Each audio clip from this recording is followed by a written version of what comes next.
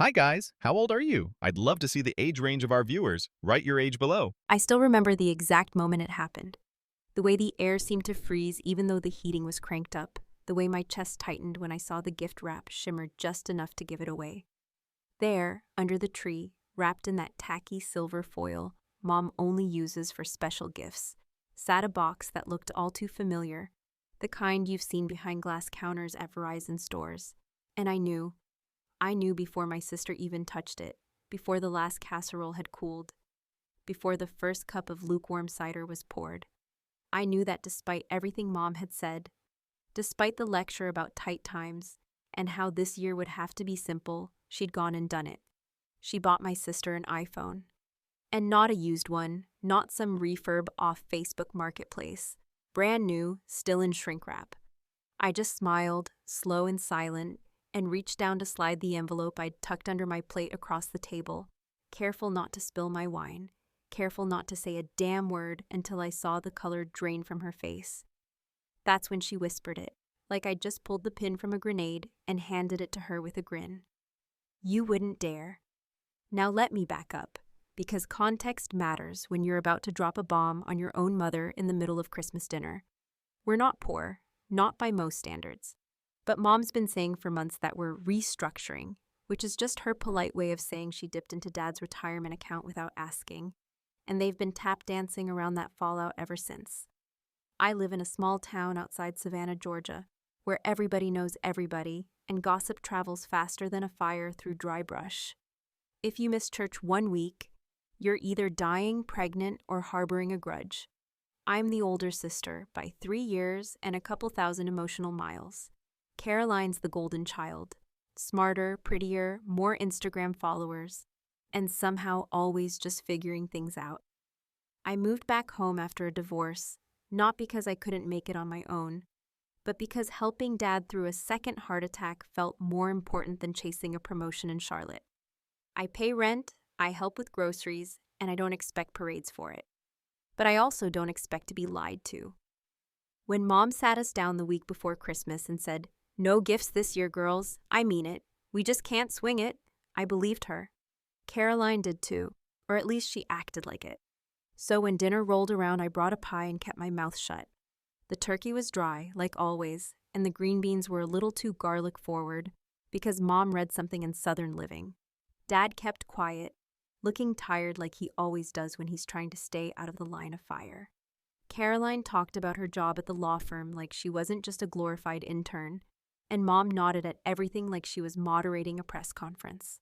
And then, after dessert, but before we did presents, which we weren't supposed to do, remember, Mom stands up, smooths her sweater, and says, "Okay, well, I lied a little. I couldn't help myself." She walks over to the tree, pulls out the silver-wrapped box, and says, "Caroline, this is for you. Just a little something." Caroline does this mock surprise face that honestly makes me want to crawl under the table and scream. "Mom, you said no ifs," she squeals, even as her hands reach for the box like a raccoon going for shiny things. "I know, baby, but you've had such a hard year. You deserve something nice." That's when I knew for sure, because I've had a hard year too. I watched a marriage disintegrate. I picked up a second job while Caroline was still finding herself. And somehow, her hard year warranted a $1,000 gift. And mine warranted a pat on the back and a leftover slice of pie. I took a slow sip of my wine, locked eyes with my dad, who wouldn't look at me, and then reached beneath my plate. The envelope wasn't flashy, just plain cream stationery, sealed with a little red wax I'd bought off Amazon to make it look old school. A little dramatic. I slid it across the table, right as Caroline was peeling back the iPhone's shrink wrap with those perfectly manicured nails. "Actually," I said casually, like we were talking about the weather, "I got Caroline something too." You could feel the air shift. Mom stiffened. Caroline paused, eyes darting to the envelope like it might bite her. "Oh," she said, trying to sound sweet, but her tone had already turned. "What is it?" I shrugged. "Open it." She picked it up with 2 fingers like it smelled bad. I watched her open it, watched her read, watched her face go slack. And then there it was, that whisper, so quiet only I and maybe Dad heard it. You wouldn't dare. But I already had.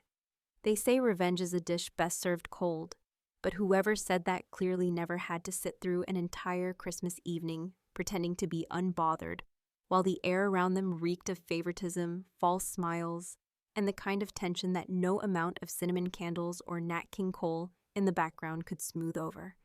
I didn't explode at the table, didn't raise my voice, didn't even blink when Caroline folded the letter back into its envelope with trembling hands and glanced up at me like she had seen a ghost. Mom, who had been halfway through a sip of wine, set her glass down just a little too hard, her smile faltering for a second, just long enough for me to catch the shift.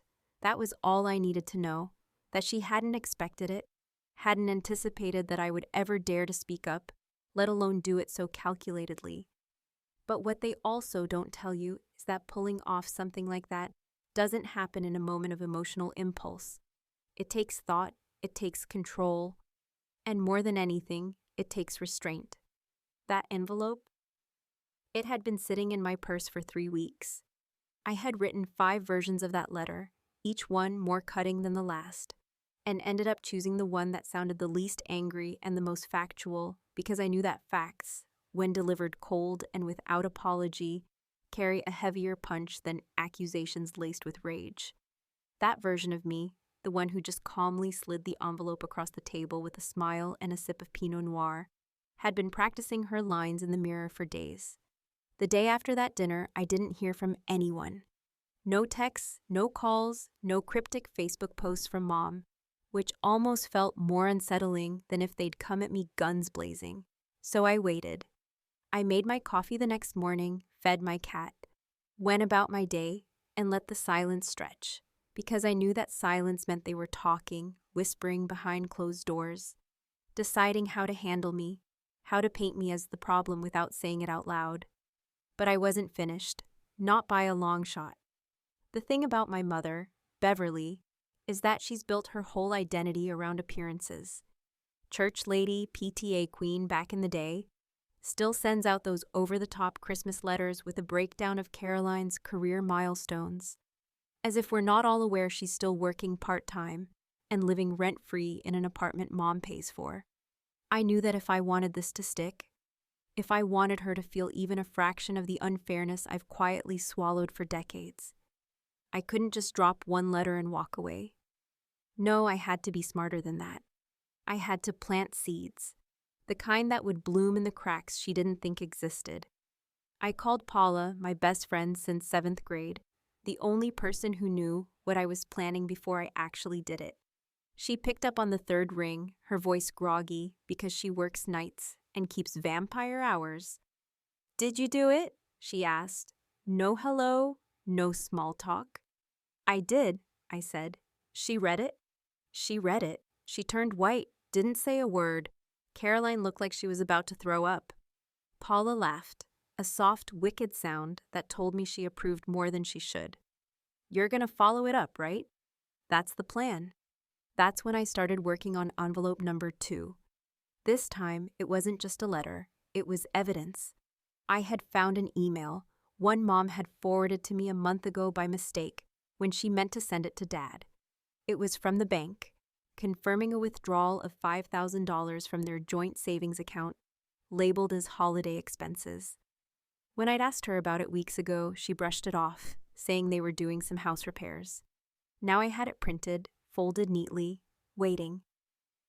The next day, I invited Caroline over under the pretense of a sisterly reconciliation.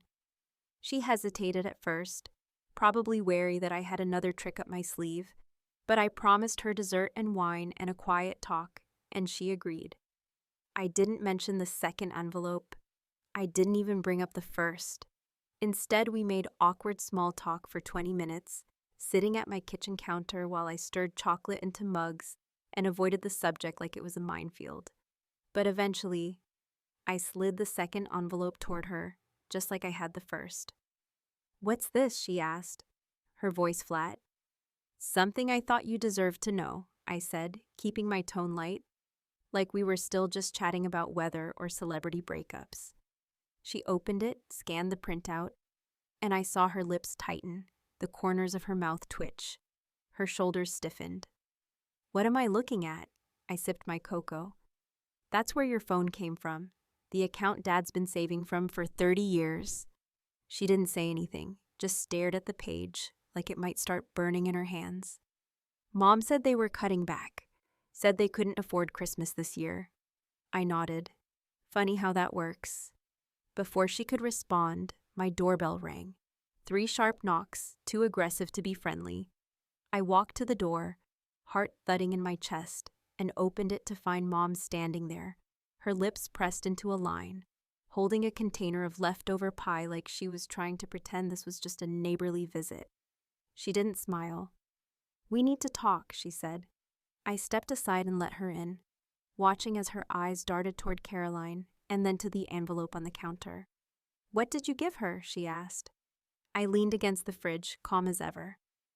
"Just some holiday cheer." Mom's face hardened. "You're making a mistake," I shrugged. "You said you couldn't afford gifts. I thought honesty was the least I could offer." Her eyes narrowed, and for the first time I saw the fear behind her fury. The realization that I wasn't playing by her rules anymore. And then, right there in my kitchen, as the 3 of us stood surrounded by the scent of cocoa and tension thick enough to choke on, Caroline slid the envelope across the counter toward our mother and whispered, "You lied to both of us." That's when Mom's hands started to tremble. And I knew we weren't even halfway done. There's a kind of silence that settles in after a storm. Not the peaceful kind with birds chirping and fresh air, but the brittle, heavy silence that makes your skin crawl. The kind that sits in your ears like cotton, muffling even your own thoughts. And that's exactly what wrapped itself around our family in the days that followed that evening in my kitchen.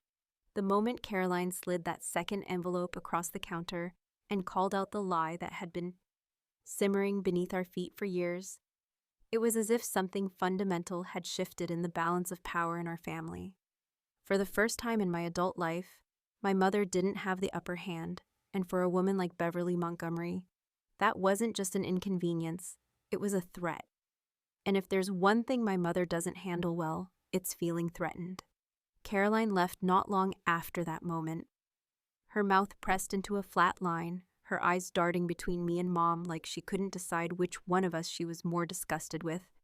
And when the door clicked shut behind her, Mom didn't yell, didn't accuse, didn't even ask for an explanation. She just stood there in the center of my kitchen, still holding the damn Tupperware of pie she'd brought, her posture rigid and her face pale in a way that reminded me, for the first time in years, that she was aging. Not gracefully, not with wisdom or softness, but like someone clinging to relevance with manicured nails and increasingly desperate lies. "You crossed a line," she said finally, her voice low, not trembling, but barely controlled. "There are things you don't understand, and if you keep going down this path, you're going to hurt people who didn't ask to be involved." I looked at her, and for a second, I felt a flicker of something that might have once been pity. The same emotion I used to feel when I'd catch her crying over unpaid bills or finding strands of gray hair in the bathroom mirror. But it vanished almost immediately because I remembered this wasn't about bills or gray hair. This was about trust, about being told for years that the family was struggling only to find out that the struggling was selective.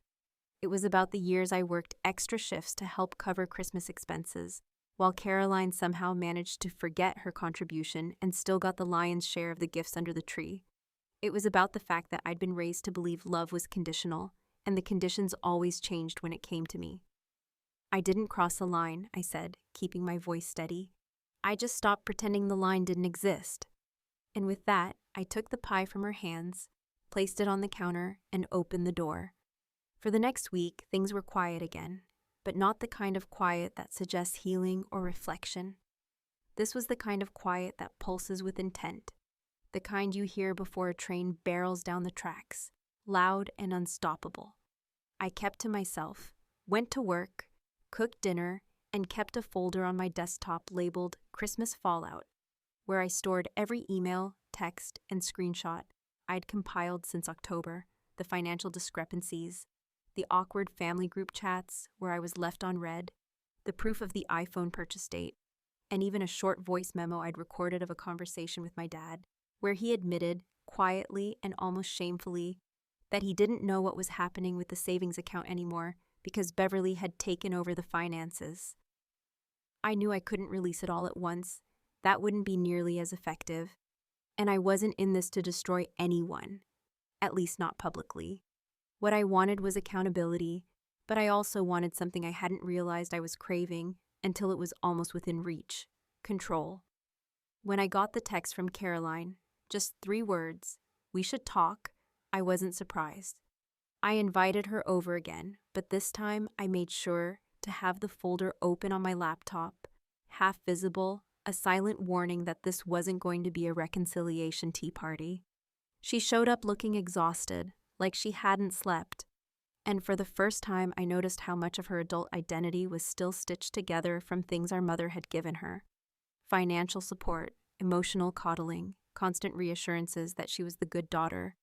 Without that scaffolding, she looked like she might collapse. "I didn't know," she said, sitting down slowly. I thought she was just helping me out. She told me you were fine. She said you had it easier than I did."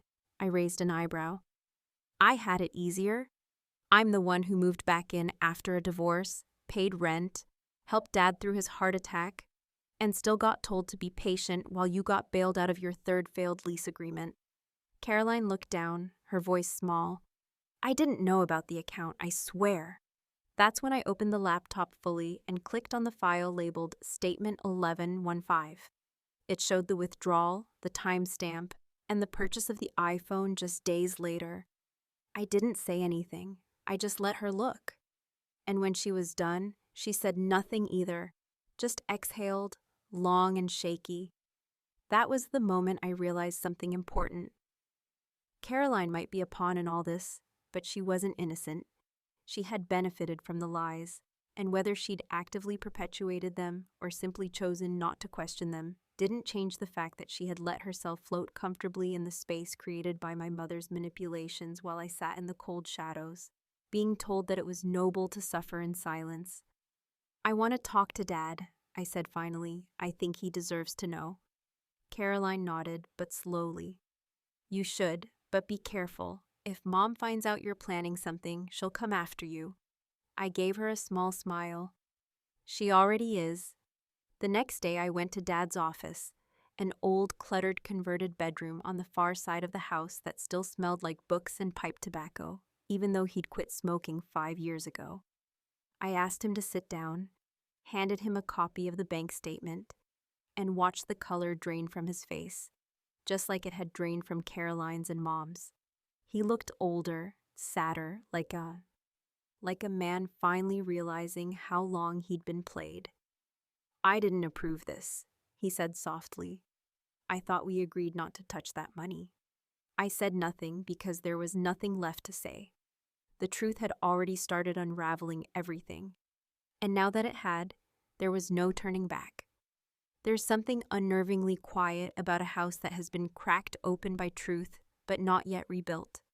A sort of psychological aftershock that lingers in the walls and creeps into the corners, humming under the floorboards like a generator you can't see but can't seem to shut off either. And that's what the Montgomery house became in the week following my conversation with Dad. We didn't talk much, but the silence between us was different now, less dismissive, more charged, like both of us were afraid to breathe too hard in case it broke the fragile understanding we'd just begun to forge. He was the one who had insisted I show him everything. Not just the single bank statement I'd first handed over, but the full archive. Every document, every thread, every uncomfortable truth I had tucked away in that digital folder, like tiny pieces of explosive information waiting for a match. When he finally pushed his glasses up the bridge of his nose, leaned back in his creaking leather chair, and said, "I think I've known more than I've admitted to myself." Something in me both softened and hardened at once. Because on the one hand, it was a relief, a kind of exhale I hadn't realized I'd been holding since my teens. But on the other, it pissed me off more than anything else could have. He had known. Maybe not all the details, maybe not every account or every gift wrapped under the tree with Caroline's name, while mine sat empty. But he had seen the imbalance, the manipulation, the way Mom had quietly managed to control the narrative of our family for years. He had seen it and said nothing, done nothing, because silence was easier than conflict. And because some men choose comfort even when it costs them their daughters. I didn't lash out at him, not because I didn't want to, but because something told me he was punishing himself more than I ever could. Instead, I focused on the next phase, which had never been about revenge for revenge's sake. It was about pulling the mask off the woman who had convinced an entire town she was grace and virtue wrapped in pearls and Pinterest crafts, while turning her own daughters into characters, in a play where only one ever got a starring role. My opportunity came 3 days later, when I stopped by the house under the pretense of bringing over some old photo albums Dad had asked for. Mom was in the living room, sitting with a cup of tea and flipping through a glossy home decor magazine, like she hadn't just been caught in a lie that could fracture the family she spent so much time pretending to preserve. She looked up when I entered, her face neutral, but her eyes sharp in that way that told me she was still scanning for weaknesses, still plotting, still assuming that if she stayed calm long enough, she could outmaneuver the situation. "Your father's been distracted lately," she said casually without looking up. "I hope you're not feeding him more of your theories." I didn't answer right away. I set the albums down on the coffee table, adjusted my coat, and then pulled a small note out of my pocket. Handwritten, simple, folded once. I didn't give it to her directly. I just slid it into the side pocket of Caroline's handbag, which was hanging on the coat rack by the door. I knew she'd find it later, maybe that night, maybe the next morning, and that she'd read every word twice before deciding what to do about it. "What's that?" Mom asked, her tone light but tight around the edges. "Just something I forgot to give Caroline," I said, smiling. That night, I waited. I made dinner, washed dishes, tried to pretend I wasn't replaying every possible reaction in my mind. The note was short, only 3 lines, carefully written. "Check the purchase receipt on your iPhone, then ask Mom about the loan. Ask her what else she hasn't told you." No accusations, no threats, just the kind of nudge that could knock down a house of cards if you angled it right. The next morning, my phone buzzed at 6:43 a.m., far earlier than I was used to hearing from Caroline. And when I picked up, I didn't even say hello. I just waited. "I checked the receipt," she said, her voice clipped and shaking. "It was bought on November 27th. "Yep," I said. "She told me she bought it with her Christmas bonus. She didn't even get that bonus until December 15th. There was silence on the other end of the line, and then the faint sound of her breathing, steady but hard, like she was walking fast or trying not to cry. "What do I do?" she asked, the words quieter than before. "You ask her," I said, "and then you decide what kind of daughter you want to be." That afternoon, I got a call from my father, short, nervous, and asking if I could come over. When I arrived, the atmosphere was different. The front door was open a crack, and voices were already raised inside. Caroline's voice was sharp, brittle like shattered glass, asking over and over again how long Mom had been lying, how much money had really come out of that account, and whether there were other things, other secrets, that she'd been expected to pretend didn't matter. I didn't go inside right away. I stood on the porch, listening as my mother, always the poised matriarch, cracked under the weight of confrontation she could no longer spin into charm. I heard her voice rise, break, then lower into something almost like pleading. "I did it for you," she said. "You needed help. I didn't think she'd understand. She's always been so hard." That word, hard, hit me in the gut. It wasn't just inaccurate, it was insulting. I wasn't hard. I was just done being quiet. I walked inside then, not because I wanted to rescue anyone, but because I needed to see it. Needed to look her in the eye and make sure she knew that her performance days were over. She looked at me, mascara slightly smudged, blouse wrinkled in a way I'd never seen before, and for once she didn't speak first. Instead, Caroline did. She said she took the money because she knew you'd never agree, she said, her voice cold now, no longer uncertain. She said you wouldn't understand that I needed help. I looked at Mom. You're right, I wouldn't have agreed, but not because I didn't want Caroline to have help. Because I wanted honesty and respect. For the first time, my mother didn't try to fight back. She just sat there looking suddenly so small and said nothing at all. And I realized then we were only just beginning. The night before Christmas used to feel like magic, or at least something close enough that I didn't question it. Back when I was a kid and the soft sound of carols through the living room speakers, the smell of cinnamon from the kitchen, and the rustling of wrapping paper upstairs convinced me that whatever problems sat in our family were no more permanent than the seasonal decorations that cluttered the mantel. But standing outside my parents' house that night, the wind biting through my coat and the sky threatening a storm that would probably freeze every driveway in our neighborhood by morning, I felt none of the warmth, none of the anticipation I used to cling to this time of year. What I felt instead was a quiet kind of purpose, the steady, inevitable calm of someone who had set something in motion and knew there was no going back. Not because they had no choice, but because they finally understood that the only thing more damaging than confrontation was continuing to live in the shadow of a lie. When I stepped inside, the air was thick with tension masked poorly by the smell of roast beef and candle wag. Caroline was already there, seated on the edge of the armchair like she didn't quite belong in it, her hands clasped in her lap, and her eyes fixed on a spot on the floor that had nothing to do with Christmas. Dad hovered near the fireplace, poking at the logs like they were responsible for the temperature in the room. And Mom was at the kitchen counter, arranging cookies on a platter with the kind of mechanical precision that would have looked normal to anyone else but, to me, felt like a scream for control in a world that no longer obeyed her cues. I didn't speak right away. I hung up my coat, kicked off my boots, and walked straight to the table, where I set down 2 envelopes, one white, one red, and a flash drive no bigger than a postage stamp. The room didn't go quiet because it had already been quiet. It just held its breath.